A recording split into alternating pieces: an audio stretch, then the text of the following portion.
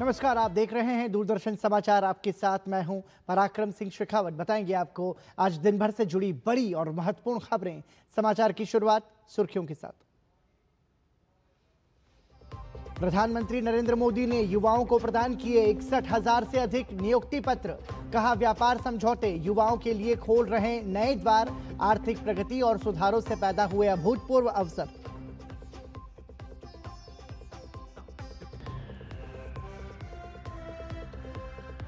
उत्तर प्रदेश दिवस पर लखनऊ में गृह मंत्री अमित शाह की हुंकार। बोले, विकसित भारत का इंजन बनेगा उत्तर प्रदेश। विपक्ष पर साधा निशाना। कहा, कांग्रेस सपा ने राज्य को रखा बीमारू, भाजपा ने फूंकी नई जान।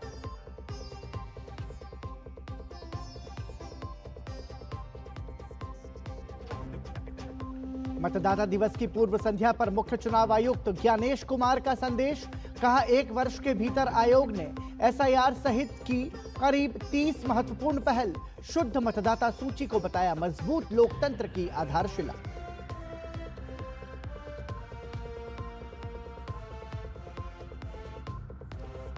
भारत ईयू महासमझौते के लिए यूरोपीय नेताओं का दिल्ली आगमन। यूरोपीय आयोग के अध्यक्ष ने फिर बताया mother of all trade deals. कहा, सहमति के बहुत करीब हैं दोनों पक्ष।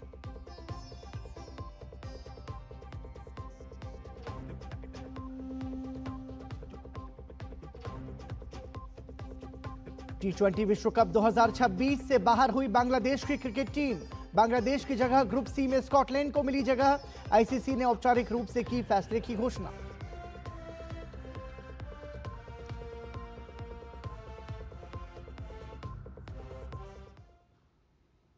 प्रधानमंत्री नरेंद्र मोदी ने 18वें रोजगार मेला के तहत 61,000 से अधिक युवाओं को नियुक्ति पत्र प्रदान किए। देश भर में 45 स्थानों पर आयोजित रोजगार मेले से प्रधानमंत्री वर्चुअल माध्यम से जुड़े। जिन युवाओं को नियुक्ति पत्र दिए गए, उनका चयन केंद्र सरकार के विभिन्न मंत्रालयों और विभागों में हुआ है। नवनियुक्त युवाओं को संबोधित करते हुए प्रधानमंत्री ने युवा सशक्तिकरण की अपनी सरकार की प्रतिबद्धता दोहराई। युवाओं को कौशल से जोड़ना और उन्हें रोजगार, स्वरोजगार के अवसर देना, ये हमारी सरकार की प्राथमिकता रही है। सरकारी भर्तियों को भी कैसे मिशन मोड पर किया जाए, इसके लिए रोजगार मेले की शुरुआत की गई थी। बीते वर्षों में रोजगार मेला एक इंस्टीट्यूशन बन गया है। इसके जरिए लाखों युवाओं को सरकार के अलग अलग विभागों में नियुक्ति पत्र मिल चुके हैं। प्रधानमंत्री ने कहा कि देश की आर्थिक प्रगति और सुधारों ने युवाओं के लिए अभूतपूर्व अवसर पैदा किए हैं।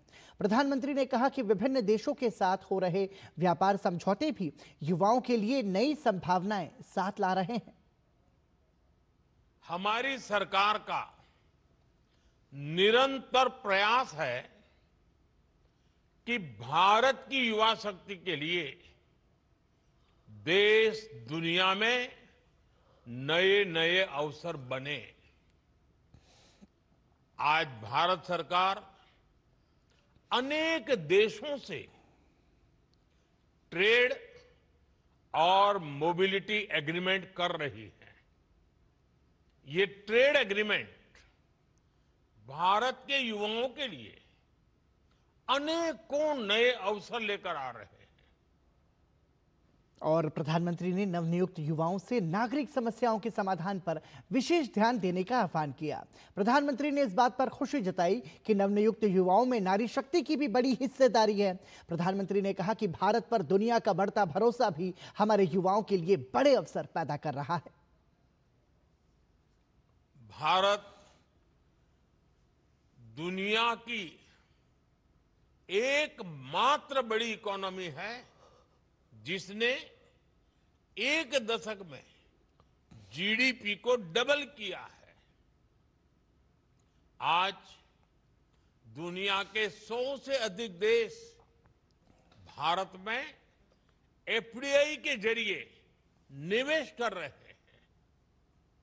वर्ष 2014 से पहले के 10 वर्षों की तुलना में भारत में 2.5 गुना से अधिक एफडीआई आया है और ज्यादा विदेशी निवेश का अर्थ है भारत के युवाओं के लिए रोजगार के अनगिनत अवसर।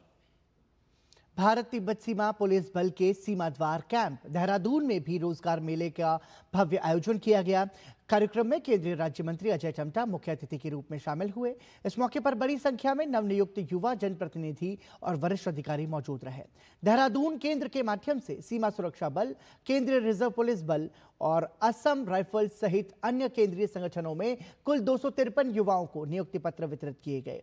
नौकरी मिलने पर चयनित युवाओं ने अपनी खुशी जाहिर की और सरकार का आभार जताया। आईटीबीपी देहरादून के माध्यम से उत्तराखंड राज्य के अंदर भी ये मेले का आयोजन आज हुआ।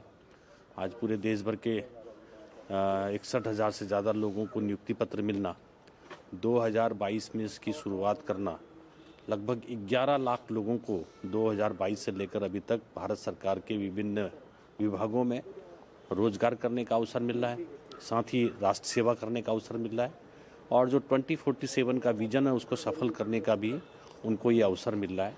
मैं ऐसे सभी लोगों को जिनको नियुक्ति प्रदान प्राप्त हो रही है उनको भी बधाई देता हूँ और हम लोग इस अवसर पर प्रधानमंत्री जी को बहुत धन्यवाद देते हैं। मेरा सिलेक्शन बीएसएफ में कांस्टेबल के पद पे हुआ है। आज देहरादून सीमा द्वार में आईटीबीपी केंद्र पे हमें हमारे नियुक्ति पत्र दिए गए रोजगार में मेला के तहत। इसके लिए मैं हमारे प्रधानमंत्री जी का आभार व्यक्त करता हूं और उन्होंने हमें ये नियुक्ति पत्र देकर ये अवसर दिया है कि हम अपने घर परिवार, माता पिता, समाज और देश के लिए कुछ कर सकें। मेरा चयन अभी साइंटिस्ट इंजीनियर के पद में इसरो में हुआ है और मैं आज इस रोजगार मेला के माध्यम से मुझे नियुक्ति पत्र प्राप्त हुआ है। इसके लिए माननीय प्रधानमंत्री जी का मैं धन्यवाद करना चाहूँगा एवं इस उपलब्धि में मैं खासकर अपने माता पिता का धन्यवाद करना चाहूँगा कि उन्होंने मेरा इस सफ़र में काफ़ी साथ दिया है। मेरा selection forest survey of India Dehradun में स्टेनोग्राफर के पद पर हुआ है। आज रोजगार मेला के अवसर पर मुख्य अतिथि श्री अजय टम्टा जी ने मुझे ये नियुक्ति पत्र प्रदान किया है। इसके लिए मैं देश के यशस्वी प्रधानमंत्री श्री नरेंद्र मोदी जी का हृदय से आभार व्यक्त करता हूँ। मेरा एम्स ऋषिकेश में as a nursing officer selection हुआ है। इसके लिए मैंने 6 to 8 months की प्रिपरेशन की थी and I am very thankful to प्रधानमंत्री जी एंड भारत सरकार और उत्तराखंड सरकार की उन्होंने हमें इस मंच पर आने का मौका दिया और हमें कर्मयोगी बनाने का मौका दिया। सीआरपीएफ ग्रुप केंद्र सोनीपत में भी रोजगार मेले का कार्यक्रम आयोजित किया गया। कार्यक्रम में केंद्रीय राज्य मंत्री कृष्णपाल गुर्जर मुख्य अतिथि के रूप में शामिल हुए। इस अवसर पर केंद्रीय मंत्री ने विभिन्न केंद्रीय कार्यालयों और केंद्रीय सशस्त्र बलों में चयनित 103 अभ्यर्थियों को नियुक्ति पत्र सौंपे। अभ्यर्थियों ने नियुक्ति मिलने पर प्रधानमंत्री नरेंद्र मोदी और केंद्र सरकार का आभार जताया। वहीं केंद्रीय मंत्री ने अभ्यर्थियों को बधाई दी। रोजगार प्रदान करने के इस अभियान में आज 18वें संस्करण में सोनीपत में भी केंद्र सरकार के विभिन्न विभागों, विशेष रूप से अर्धसैनिक बलों में अलग अलग पदों पर चयनित 103 अभ्यर्थियों को नियुक्ति पत्र प्रदान किए जा रहे हैं और हम सब इस गौरवशाली क्षण के साक्षी हैं। तब मैं आज इस अवसर पर सफल होने वाले सभी अभ्यर्थियों को हार्दिक बधाई देता हूं और उनके उज्जवल भविष्य की कामना करता हूं। रोजगार मेले के अवसर पर मुझे ये रोजगार पत्र मिला है और इसके माध्यम से मैं आर्थिक रूप से समृद्ध बन चुका हूं और अपने परिवार और अपने जिंदगी को एक नए बेहतर तरीके से जीने का प्रयत्न करूंगा। मैं सीआईएसएफ में सिलेक्ट हुई हूँ, जिसके लिए मुझे यहाँ रोजगार मेला में सोनीपत भी बुलाया गया था, जिसके लिए मुझे ज्वाइनिंग लेटर मिला है। मैं बहुत खुश हूँ। इसके थ्रू मुझे ज्वाइनिंग लेटर मिला और मैं प्रधानमंत्री नरेंद्र मोदी जी का और सरकार का धन्यवाद करती हूँ।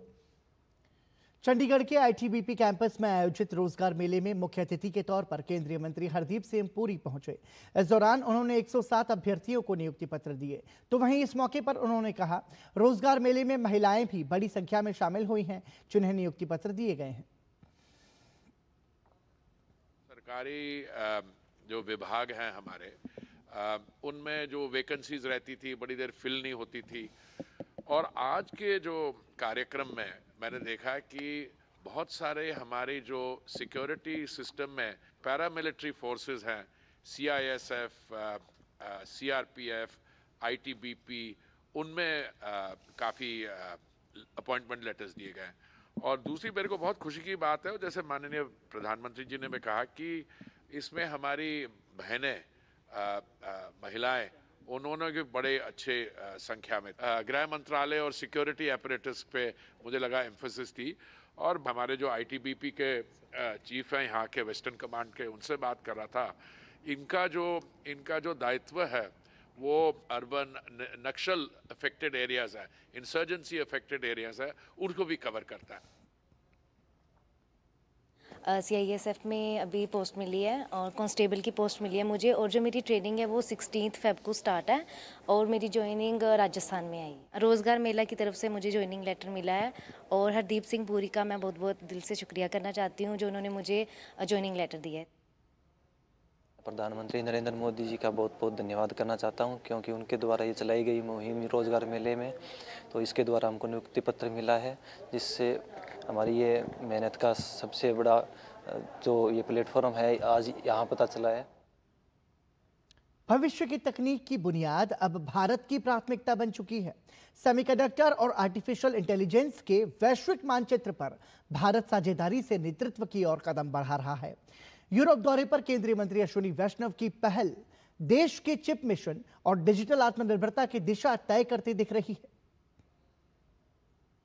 केंद्रीय इलेक्ट्रॉनिक्स और सूचना प्रौद्योगिकी मंत्री अश्विनी वैष्णव नीदरलैंड की यात्रा पर हैं। अपनी यात्रा के दौरान उन्होंने वेल्डहोवेन स्थित ASML के मुख्यालय का दौरा किया और चिप निर्माण व उससे जुड़ी चुनौतियों की जानकारी ली। इससे पहले वे स्विट्जरलैंड के दावोस में थे, जहां उन्होंने विश्व आर्थिक मंच की वार्षिक बैठक में भारत का प्रतिनिधित्व किया।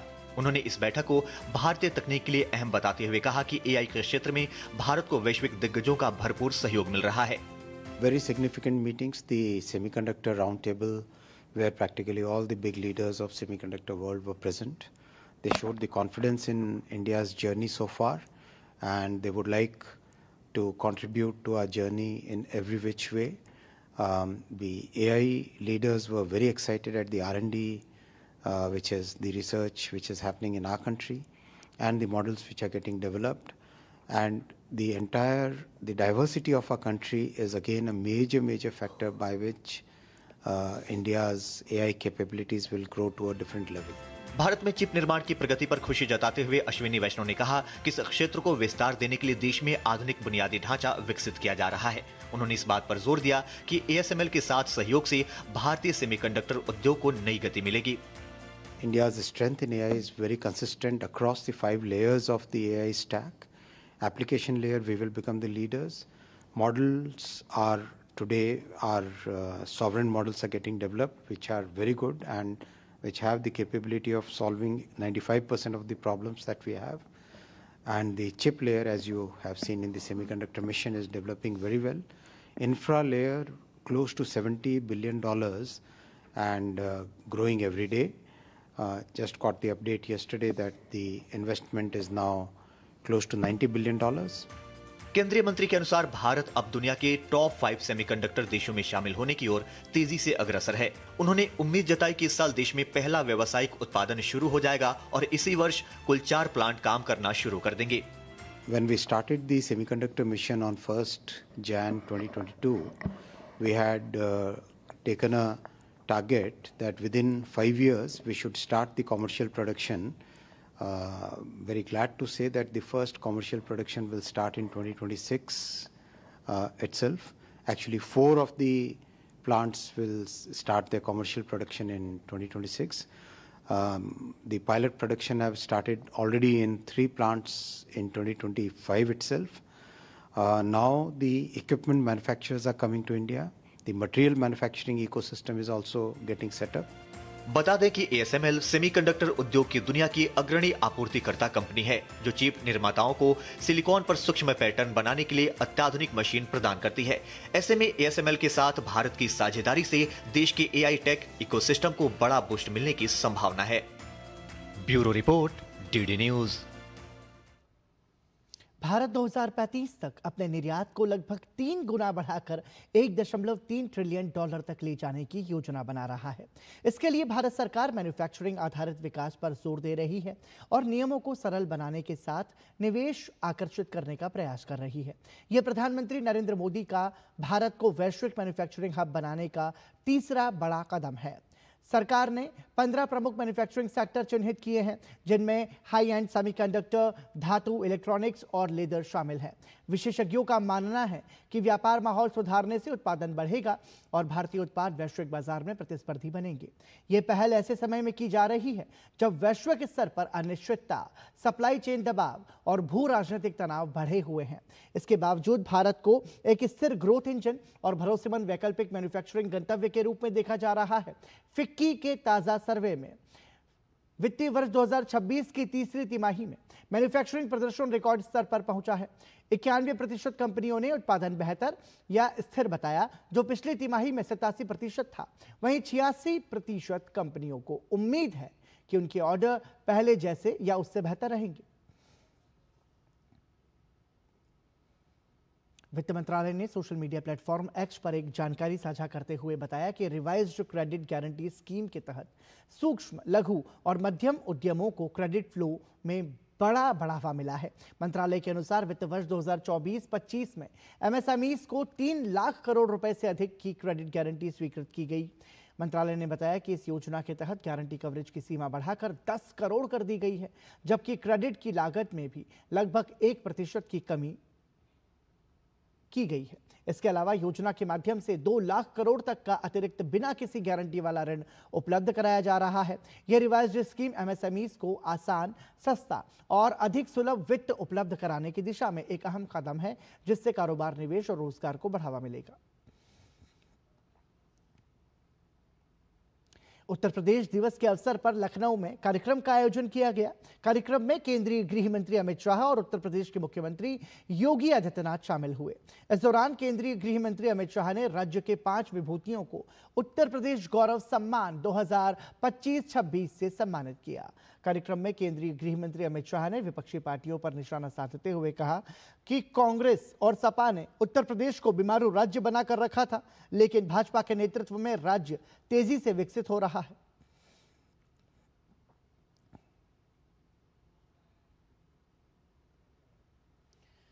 उत्तर प्रदेश दिवस के अवसर पर प्रधानमंत्री नरेंद्र मोदी की ओर से भेजे गए शुभकामना संदेश पर मुख्यमंत्री योगी आदित्यनाथ ने धन्यवाद जताया है। मुख्यमंत्री ने प्रधानमंत्री के पत्र को सोशल मीडिया पर साझा करते हुए कहा कि यह संदेश प्रदेशवासियों के लिए आत्मीय एवं प्रेरणादायी है।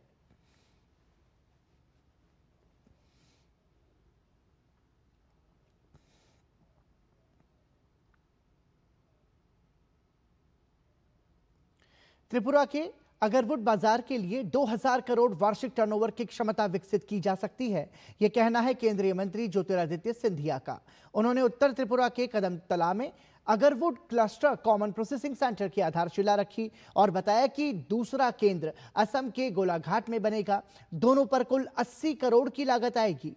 मंत्री ने कहा कि GI टैग पंजीकरण जल्द शुरू होगा और बिचौलियों को हटाकर किसानों को सीधा लाभ मिलेगा। आज जो देश की क्षमता हमारे 2 राज्यों में केंद्रित है, त्रिपुरा और असम, उनके लिए एक आगरवुड को एक नई ऊर्जा देने के लिए एक योजना का शिलान्यास हमने उत्तर फुलवरी में किया है। 80 करोड़ रुपए की ये योजना है, जिसके आधार पर संपूर्ण वैल्यू चेन हमारे आगर के किसान जो पेड़ और पौधे में कीड़ा को डालकर उस आगर को जन्म देते हैं, वहाँ से परफ्यूम की बोतल तक पूरा value chain, processing, marketing, branding के 2 CPCs लगेंगे, सेंट्रल प्रोसेसिंग सेंटर्स, एक गोलाघाट में असम में और दूसरा हमारे इसी क्षेत्र में। 16वें राष्ट्रीय मतदाता दिवस की पूर्व संध्या पर मुख्य चुनाव आयुक्त ज्ञानेश कुमार ने विशेष संदेश जारी करते हुए कहा कि शुद्ध मतदाता सूची लोकतंत्र का आधार है। इसी उद्देश्य के साथ मतदाता सूची का विशेष गहन पुनरीक्षण यानी कि SIR शुरू किया गया है। इसका उद्देश्य मतदाता सूची में प्रत्येक पात्र मतदाता का नाम जोड़ना और प्रत्येक अपात्र का नाम हटाना सुनिश्चित करना है। उन्होंने बिहार में हुई SIR प्रक्रिया को सफल बताते हुए कहा कि बिहार विधानसभा चुनाव ऐतिहासिक रहे। 1951 के बाद सर्वाधिक मतदाता सहभागिता जो करीब 67.13% रही, जिसमें महिला मतदाताओं की 71.78% की भागीदारी विशेष रूप से उल्लेखनीय रही। मुख्य निर्वाचन आयुक्त ने युवा मतदाताओं से मतदान करने और लोकतंत्र का दूत बनने का अनुरोध भी किया है। उन्होंने अपील की है कि देश के युवा भ्रामक जानकारी के खिलाफ खड़े हों। 21 से 23 जनवरी के दौरान भारत निर्वाचन आयोग ने चुनावी प्रबंधन और चुनाव प्रक्रिया के विभिन्न पहलुओं पर चर्चा के लिए विश्व का सबसे बड़ा वैश्विक सम्मेलन आयोजित किया। यह पहल न केवल भारत और भारत निर्वाचन आयोग की वैश्विक प्रतिबद्धता को दर्शाती है, बल्कि वैश्विक स्तर पर भारतीय निर्वाचन आयोग के सशक्त नेतृत्व को भी मजबूती से स्थापित करती है। मैं देश के सभी मतदाताओं, विशेषकर युवा मतदाताओं की भूमिका पर बल देना चाहता हूं कि वे निश्चित रूप से मतदान करें, स्वयं लोकतंत्र के राजदूत एम्बेसडर बने और दूसरों को भी मतदान के लिए प्रेरित करें। छत्तीसगढ़ सरकार के पूर्व PWD मंत्री राजेश मूणत से जुड़े अश्लील वीडियो मामले में रायपुर की विशेष CBI अदालत ने एक अहम आदेश सुनाया है। कोर्ट ने छत्तीसगढ़ के पूर्व मुख्यमंत्री भूपेश बघेल को डिस्चार्ज करने वाले मजिस्ट्रेट कोर्ट के आदेश को पलट दिया है। साथ ही अन्य आरोपी कैलाश मुरारका, विनोद वर्मा और विजय भाटिया की भी अपील खारिज कर दी है। आपको बता दें कि यह मामला 2017 में पूर्व मंत्री राजेश मूणत की छवि खराब करने के लिए अश्लील वीडियो बनाने और फैलाने के आरोप में दर्ज किया गया था। बाद में यह मामला CBI को सौंप दिया गया था और CBI ने 6 आरोपियों के खिलाफ चार्जशीट और सप्लीमेंट्री चार्जशीट दायर की थी।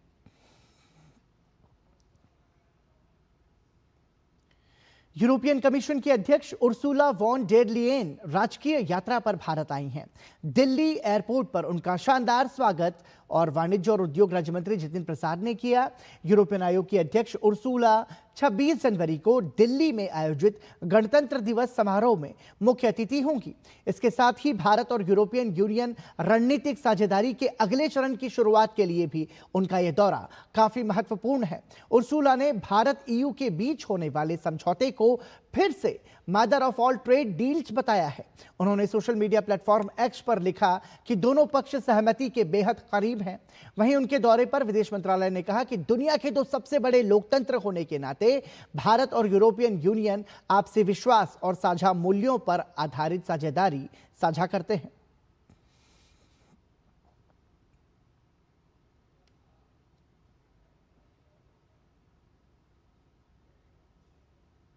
भारत और यूरोपीय यूनियन के बीच मुक्त व्यापार समझौता निर्णायक चरण में आ गया है। अगले कुछ दिनों में इस डील पर दोनों देश हस्ताक्षर करने वाले हैं। इस डील को मदर ऑफ ऑल डील्स कहा जा रहा है।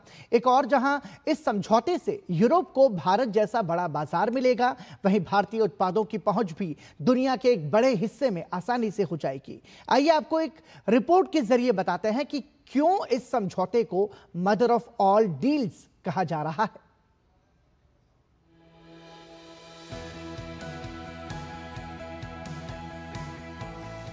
भारत और यूरोपीय यूनियन के बीच ऐतिहासिक मुक्त व्यापार समझौता होने के बिल्कुल करीब है। कई सालों तक दोनों पक्षों के बीच चली बातचीत के बाद इस समझौते को तैयार किया गया है। भारत और यूरोपीय संघ के बीच होने वाले मुक्त व्यापार समझौते को वैश्विक कूटनीति और व्यापार जगत में मदर ऑफ ऑल डील्स कहा जा रहा है। इसकी वजह केवल इसका आकार नहीं, बल्कि इसका आर्थिक, रणनीतिक और भू राजनीतिक महत्व भी है। यही कारण है कि 26 जनवरी को मुख्य अतिथि के तौर पर भारत आ रही यूरोपीय आयोग की अध्यक्ष उर्सुला वॉन डेर लियेन ने भी इसे मदर ऑफ ऑल डील्स बताया। I will travel to India. There's still work to do, but we are on the cusp of a historic trade agreement. Indeed, some call it the mother of all deals. One that would create a market of 2 billion people, accounting for almost a quarter of global GDP. And crucially, that would provide a first mover advantage for Europe with one of the world's fastest growing and most dynamic continents. दरअसल इस deal को mother of all deals इसलिए कहा जा रहा है क्योंकि लंबी बातचीत के बाद ये समझौता निर्णायक चरण में पहुंचा। ये दुनिया के सबसे बड़े और सबसे जटिल व्यापार समझौतों में से एक है। दुनिया के दो सबसे बड़े बाजारों के बीच ये समझौता है। यूरोपीय संघ की आबादी लगभग 45 करोड़ है। ये $17 ट्रिलियन से अधिक की अर्थव्यवस्था है, जबकि भारत 140 करोड़ की आबादी और दुनिया की सबसे तेजी से बढ़ती बड़ी अर्थव्यवस्था है। ये सिर्फ एफटीए नहीं बल्कि कई डील्स का पैकेज है। इसमें एफटीए के साथ साथ निवेश, डिजिटल ट्रेड, डाटा प्रोटेक्शन और ग्रीन एनर्जी के पहलू भी शामिल हैं। इस डील को निर्णायक चरण में पहुंचाने में भी काफी चुनौतियों का सामना करना पड़ा, क्योंकि यूरोप पर्यावरण, श्रम कानून और डेटा सुरक्षा पर सख्त है, जबकि भारत किसानों, डेयरी सेक्टर, एमएसएमई और नीतिगत स्वतंत्रता को लेकर काफी सतर्क है। आपको बता दें कि ईयू दुनिया का सबसे अधिक रेगुलेटेड मार्केट है। इस बाजार में भारत को व्यापक पहुंच मिलने से भारतीय कंपनियों की वैश्विक साख बढ़ेगी। भारत के उत्पाद विश्व मानकों पर खरे माने जाएंगे और वहीं दुनिया के बाकी बाजारों के दरवाजे भी खुलेंगे। इसलिए ये केवल व्यापार समझौता नहीं बल्कि 21वीं सदी की वैश्विक अर्थव्यवस्था का नया फ्रेमवर्क बनने जा रहा है। चंद्रशेखर जोशी की रिपोर्ट, डीडी न्यूज। रक्षा मंत्री राजनाथ सिंह ने दिल्ली कैंट में राष्ट्रीय कैडेट कोर के गणतंत्र दिवस शिविर का दौरा किया। इस मौके पर रक्षा मंत्री ने देश भर से आए एनसीसी कैडेट्स को भारत का प्रतिबिंब बताया। उन्होंने कहा, एनसीसी कैडेट्स के अंदर जो ऊर्जा और जोश का समावेश है उससे साफ दिखाई देता है कि एक राष्ट्र के रूप में हमारे देश का भविष्य बहुत उज्जवल है। रक्षा मंत्री ने एनसीसी कैडेट्स को नए भारत के नए अभिमन्यु बताया। उन्होंने कहा, आप जैसे भारत के नए अभिमन्यु किसी भी प्रकार के चक्रव्यूह में प्रवेश करना भी जानते हैं और उससे विजयी होकर बाहर निकलना भी जानते हैं।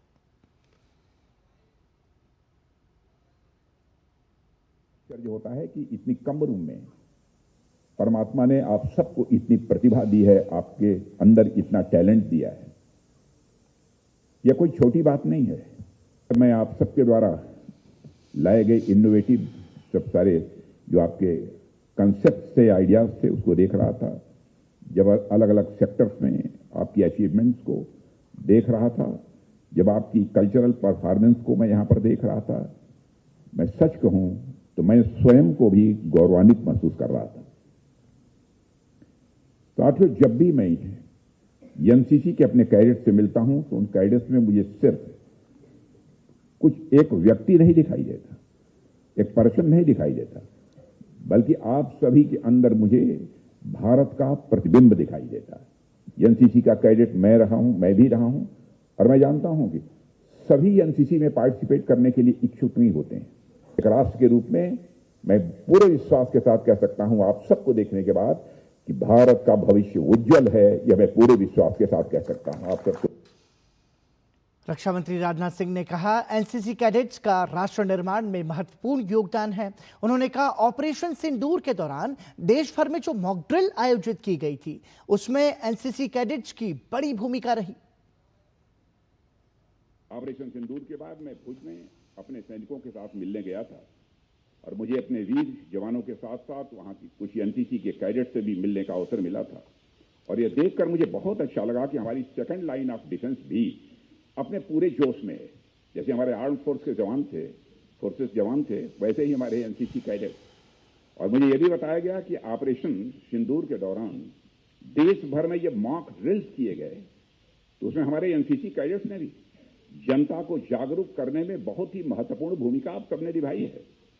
इसके लिए भी मैं आप सभी एनसीसी कैडेट्स को और आपके माध्यम से सारे देश के एनसीसी कैडेट्स को अपनी तरफ से हार्दिक बधाई देता हूं, उनको मैं शुभकामनाएं देता हूं।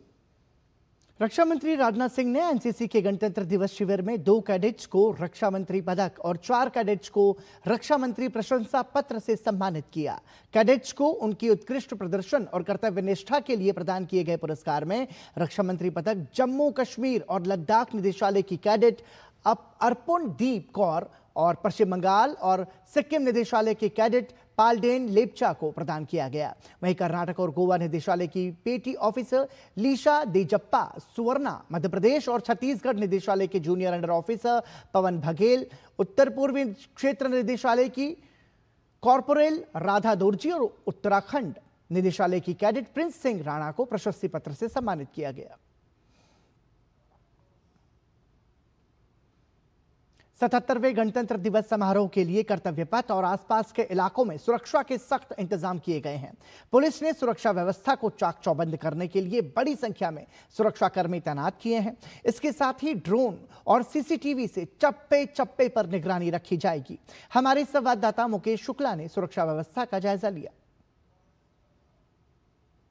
77वें गणतंत्र दिवस को लेकर के तैयारियां जोर शोर से चल रही हैं। यहां पर आने वाले विशेष मेहमान, देश विदेश से आने वाले विशेष अतिथियों की सुरक्षा के लिए और जो समारोह में शामिल होने वाले दर्शक हैं उनके लिए सुरक्षा के यहां पर चाक चौबंद इंतजाम किए गए हैं। यानी जमीन से लेकर आसमान तक सुरक्षा को पुख्ता किया गया है। एंटी ड्रोन सिस्टम जो है वो यहां पर इंस्टॉल किए गए हैं। स्नाइपर्स जो है वो आसपास की जो हाई राइज बिल्डिंग है वहां पर तैनात किए गए हैं। साथ ही साथ दिल्ली पुलिस ने अपने 10,000 पुलिस पर्सनल को इस समारोह की सुरक्षा के लिए यहाँ पर जो है वो चुना है और उनको यहाँ पर डिप्लॉय किया। साथ ही साथ अर्धसैनिक बल भी यहाँ पर जो है वो अपनी सुरक्षा करते नजर आएंगे। आर्मी की कोई टुकड़ियां जो है वो अंदर समारोह में होंगी जो इस पूरे सुरक्षा का जिम्मा लेंगी। साथ ही साथ आसपास के जो होटल्स हैं वहां पर पूरी वेरिफिकेशन कर ली गई है पुलिस के द्वारा कि कोई भी ऐसा सस्पेक्टेड ना हो जो होटल में आकर के छुपा हो। पुलिस ने यहाँ पर 3000 सीसीटीवी जो कैमरे हैं वो इंस्टॉल किए गए हैं।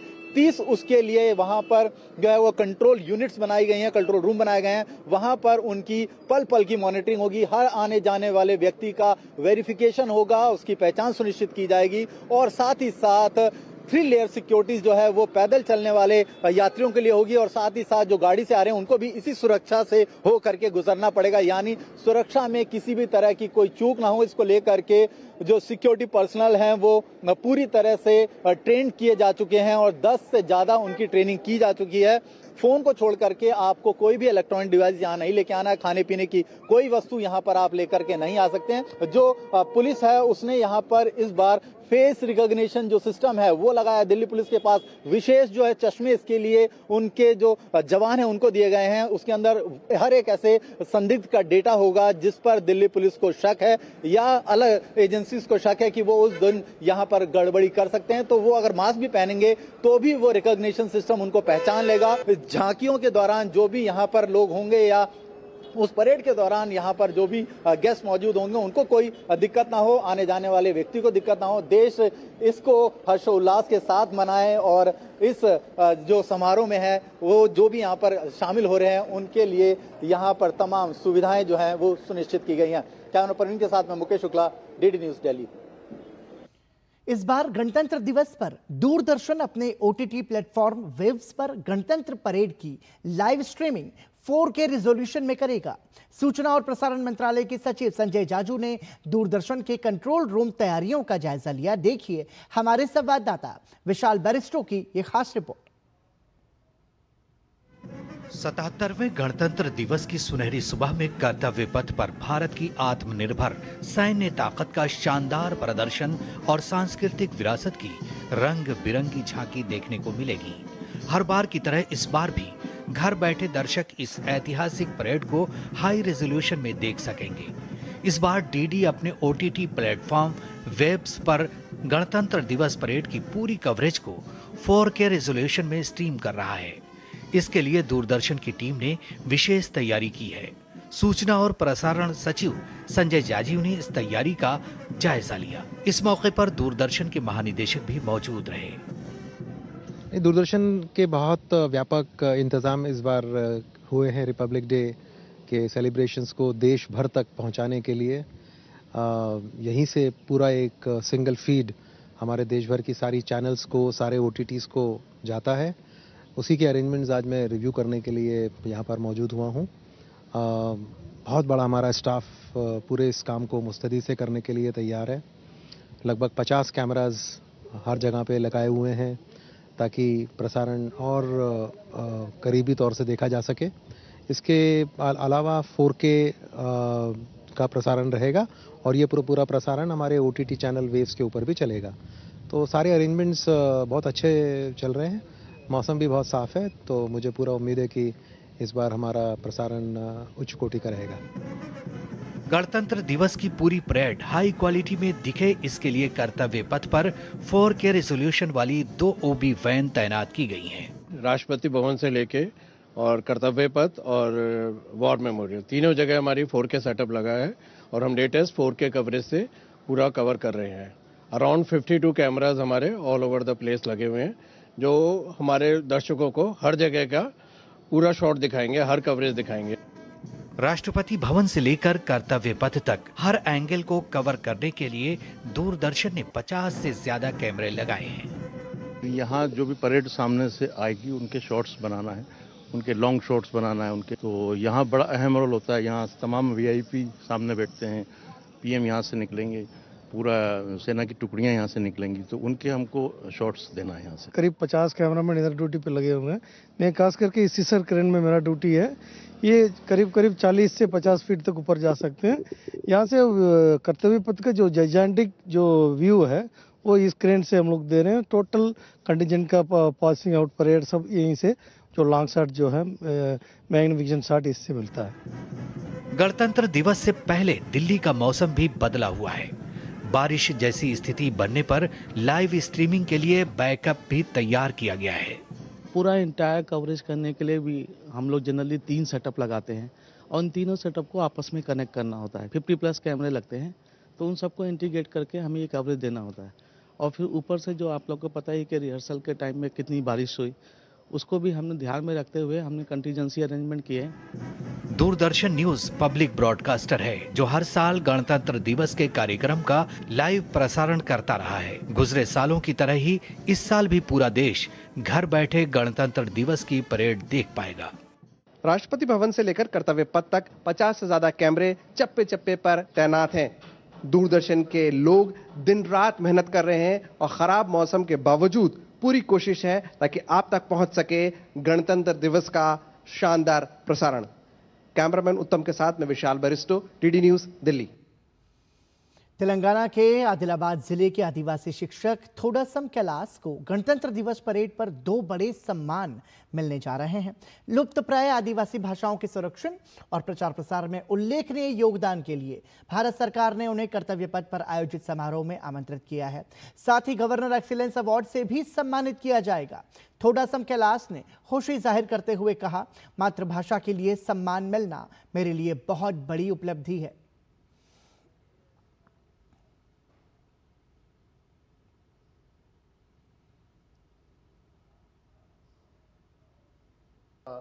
సుందరకాండ కూడా గోండి భాషలో రాశాను. గోండి భాషని అభివృద్ధి పరుస్తూ AI టెక్నాలజీని ఉపయోగిస్తూ మరి వార్తలు మరి పాటలు చేసి మరి గోండి భాషని ముందుకు తీసుకెళ్లాను. మరి ఎన్నో అంతరించిపోయేటటువంటి ప్రమాదంలో ఉన్నటువంటి పదాలను నా యొక్క పుస్తకాల్లో రాసిన పుస్తకాల్లో కూర్పు చేశాను.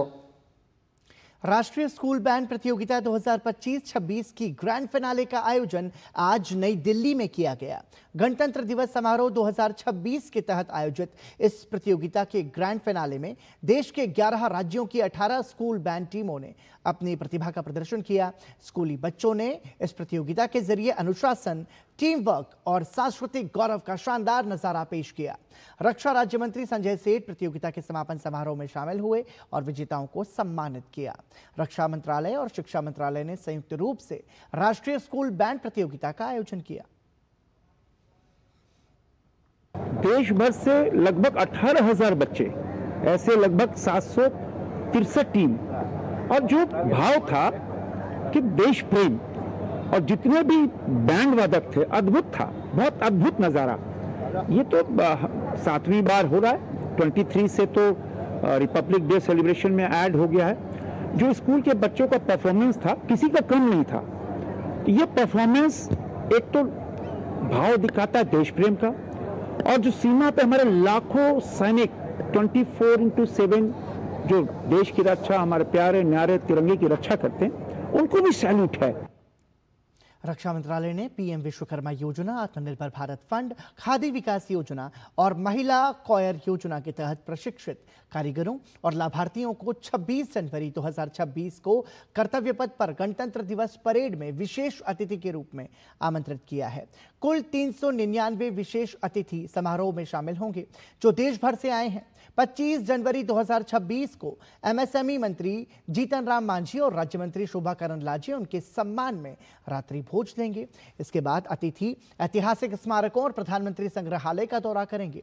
ये पहल कारीगरों को सम्मानित करने और आत्मनिर्भर भारत के लक्ष्य को बढ़ावा देने की दिशा में एक महत्वपूर्ण कदम है।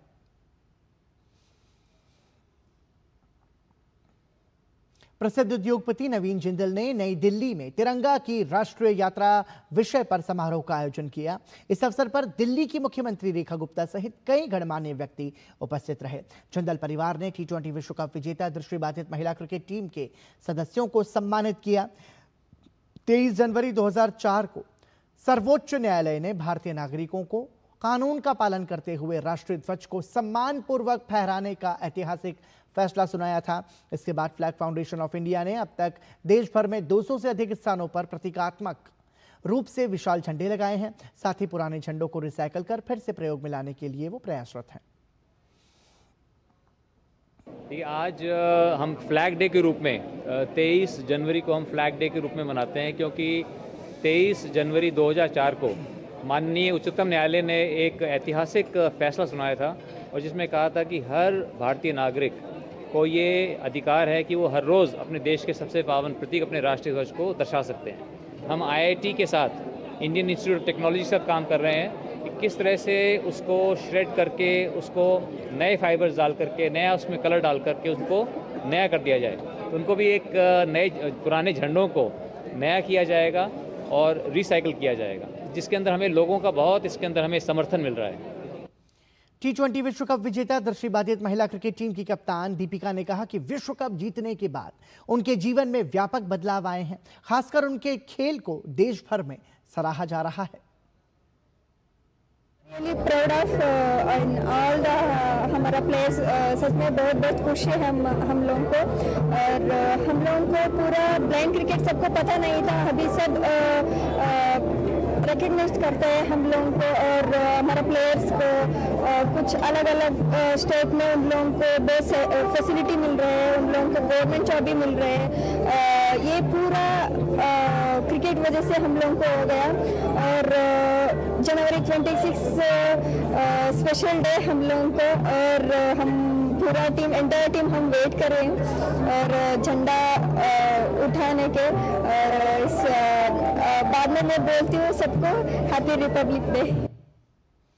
राष्ट्रीय बालिका दिवस पर प्रधानमंत्री नरेंद्र मोदी ने बालिकाओं के लिए समान, सुरक्षित और सशक्त वातावरण बनाने के लिए अपनी प्रतिबद्धता दोहराते हुए सोशल मीडिया प्लेटफॉर्म X पर अपने संदेश में लिखा कि राष्ट्रीय बालिका दिवस के अवसर पर हम ये संकल्प दोहराते हैं कि प्रत्येक बालिका को गरिमा, अवसर और आशा से परिपूर्ण जीवन मिले।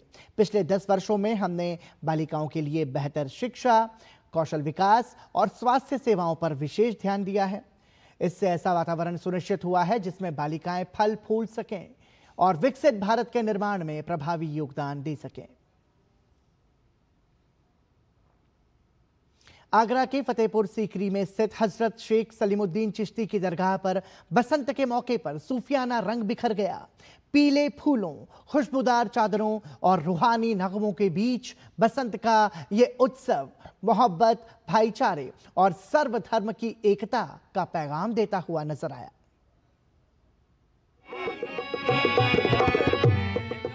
आगरा के फतेहपुर सीकरी में वाक़े हजरत शेख सलीमुद्दीन चिश्ती की दरगाह पर बसंत के मौके पर सूफियाना रंग बिखर गया। पीले पीले सरसों के फूल, अकीदत की चादरें और कव्वालियों का समा। बसंत का ये जश्न मोहब्बत, भाईचारे और तमाम मज़ाहिब की यकजहती का पैगाम देता नजर आया।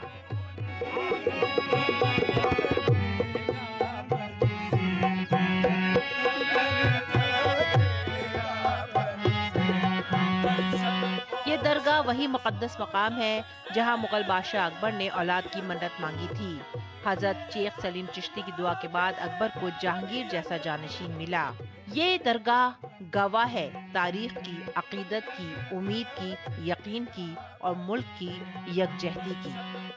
बसंत के मौके पर 17वीं सदी के सिलसिला चिश्तिया के वारिस अरशद फरीदी ने रिवायती अंदाज में बसंत मनाते हुए मोहब्बत, अमन और भाईचारे का पैगाम दिया।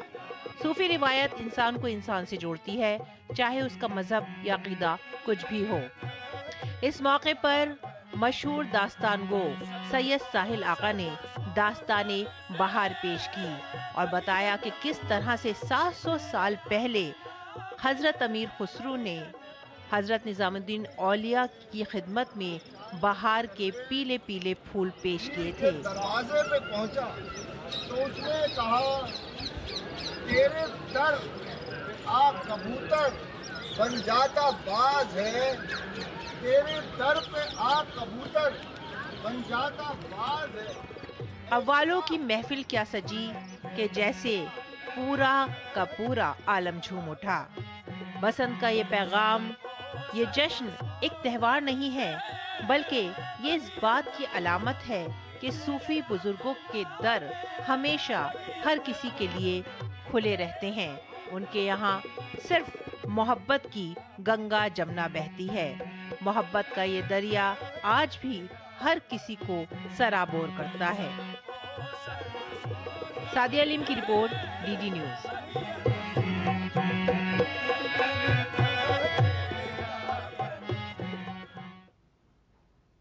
लद्दाख के पारंपरिक व्यंजनों और संस्कृति को बढ़ावा देने के उद्देश्य से कारगिल में शनिवार को एथनिक ममानी फूड फेस्टिवल आयोजित किया गया। हिमालयन कल्चरल हेरिटेज फाउंडेशन ने tribal research institute, university of Ladakh के साथ मिलकर इस फेस्टिवल का आयोजन किया। LAHDC के चेयरमैन और chief executive councillor doctor Mohammad Zafar Akhoon मुख्य अतिथि के तौर पर कार्यक्रम में शामिल हुए। जिले के विभिन्न हिस्सों से आए कई समूहों ने ममानी फूड फेस्टिवल में भाग लिया। 14 स्टॉल्स ने लद्दाख के पारंपरिक भोजन के कई व्यंजनों को बनाया। कई स्टॉल्स पर स्थानीय सामग्रियों से तैयार किए गए विविध पारंपरिक व्यंजन लगाए गए, जो पुरीग और लद्दाखी खान पान की समृद्ध परंपरा, विविधता और पोषण मूल्य को दर्शाते हैं।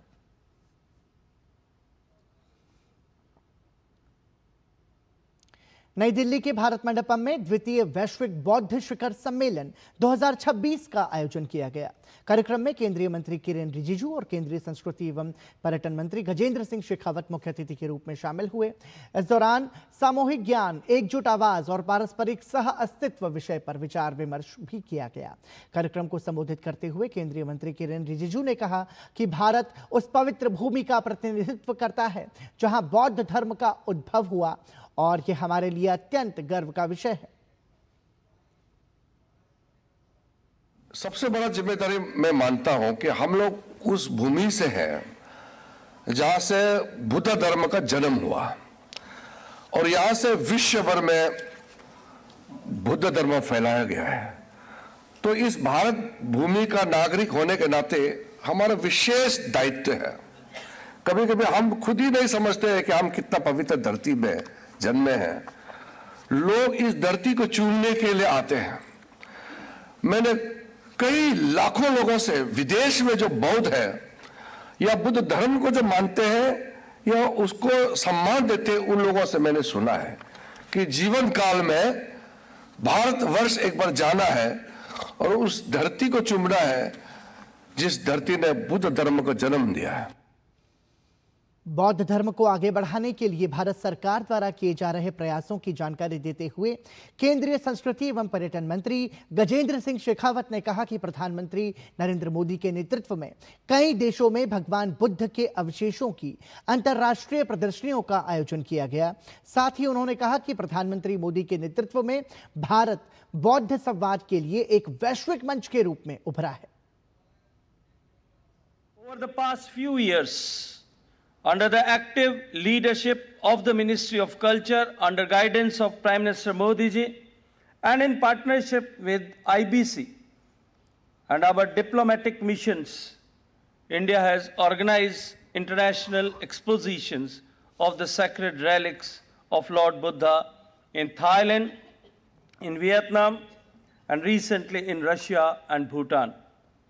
These efforts reaffirm India's role as a custodian of shared Buddhist heritage and as a bridge between ancient wisdom and modern global dialogue.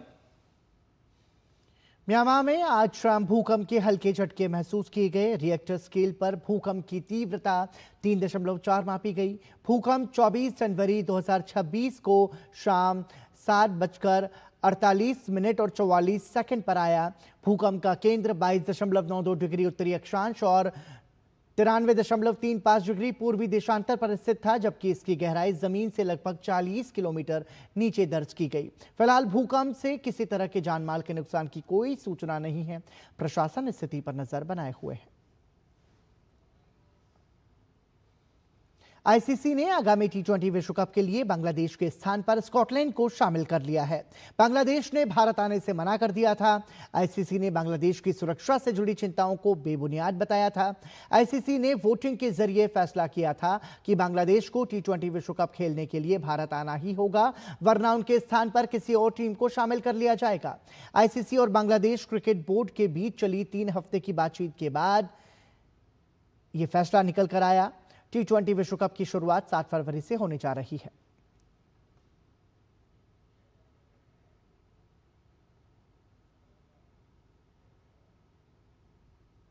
और इसी के साथ समाचार में अभी के लिए इतना ही। हमें और हमारी पूरी टीम को दीजिए अनुमति। नमस्कार।